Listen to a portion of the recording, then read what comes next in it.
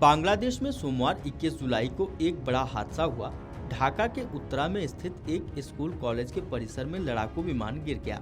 इस घटना के बाद बांग्लादेश की सेना की तरफ से बयान जारी किया गया, जिसमें बताया गया कि फाइटर जेट स्कूल की बिल्डिंग से टकरा गया। इस हादसे में कम से कम 19 लोगों की मौत हुई, जबकि 150 से ज्यादा लोग घायल हो गए। बांग्लादेशी मीडिया के मुताबिक यह हादसा एक ट्रेनिंग विमान के माइलस्टोन स्कूल एंड कॉलेज की 2 मंजिला बिल्डिंग में घुसने से हुआ। जो लोग घायल हुए हैं उनमें 60 से ज़्यादा छात्र छात्राएं हैं। इसके अलावा कुछ शिक्षक भी गंभीर रूप से जख्मी हुए हैं।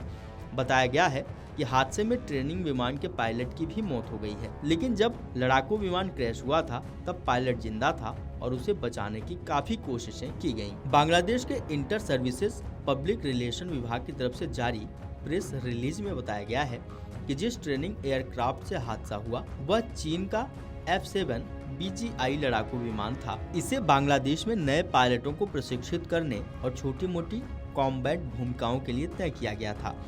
सोमवार को इस ट्रेनिंग जेट को फ्लाइट लेफ्टिनेंट तौकीर इस्लाम सागर उड़ा रहे थे। वे मौजूदा समय में बांग्लादेश वायुसेना की 35वीं स्क्वाड्रन का हिस्सा थे। बांग्लादेश की मीडिया रिपोर्ट्स के मुताबिक सागर ने इसी साल फ्लाइट ट्रेनिंग में PT-6 एयरक्राफ्ट के साथ अपने 100 घंटे पूरे किए थे। इसके बाद वे 15वीं स्क्वाड्रन का हिस्सा बने थे, जहां वे 60 घंटे तक प्रशिक्षण ले चुके थे। 35वीं स्क्वाड्रन में रहते हुए वे सोमवार को एक सहायक पायलट के साथ पहले ही उड़ान भर चुके थे। इसके बाद वे दोपहर करीब 1 बजे के आसपास अपने पहले सोलो मिशन पर ढाका के कुर्मीटोला इलाके में स्थित बांग्लादेश वायुसेना के बंगबंधु बेस से निकले थे, लेकिन रूटीन ट्रेनिंग मिशन के दौरान रास्ते में ही उनका लड़ाकू विमान तकनीकी गड़बड़ी का शिकार हो गया। अभी यह साफ नहीं है कि यह गड़बड़ी किस तरह की थी। एक अधिकारी ने बताया कि एयरक्राफ्ट में कुछ गड़बड़ी आ गई, जिसकी वजह से पायलट का नियंत्रण छूट गया। इस बीच पायलट का टावर से संपर्क स्थापित था और उससे विमान से बाहर निकलने की चेतावनी दी गई, लेकिन लड़ाकू विमान पहले ही काफी नीचे उठ रहा था, इसलिए इजेक्ट करना सुरक्षित नहीं था। दूसरी तरफ तौकीर आखिर तक विमान को आपात स्थिति में संभालने की कोशिश में जुटे रहे, लेकिन दुर्भाग्य से एयरक्राफ्ट एक स्कूल की बिल्डिंग से टकरा गया।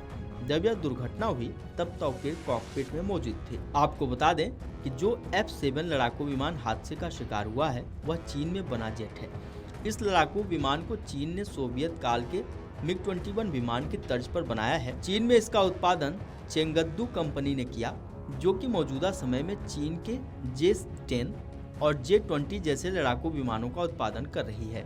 F-7 लड़ाकू विमानों के अस्तित्व में आने के बाद से ही बांग्लादेश ने चीन से इसे खरीदने का समझौता कर लिया था।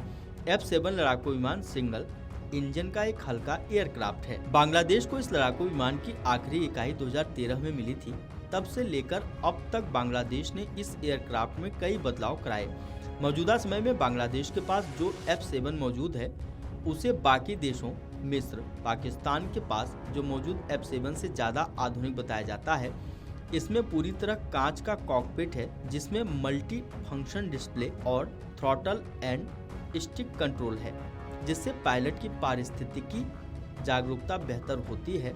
यह लड़ाकू विमान 2.2 मैक की अधिकतम स्पीड हासिल कर सकता है। यह 57,420 फीट की ऊंचाई तक उड़ान भर सकता है। इसमें बम से लेकर मिसाइल तक को ले जाने की क्षमता है। हालांकि यह fighter jet beyond visual range मिसाइलों को लॉन्च नहीं कर सकता। Video desk amarujala.com। अगर आप ये वीडियो YouTube पर देख रहे हैं तो हमारे चैनल को सब्सक्राइब कर बेल आइकन दबाएं और Facebook पर देख रहे हैं तो हमारे पेज को लाइक करें।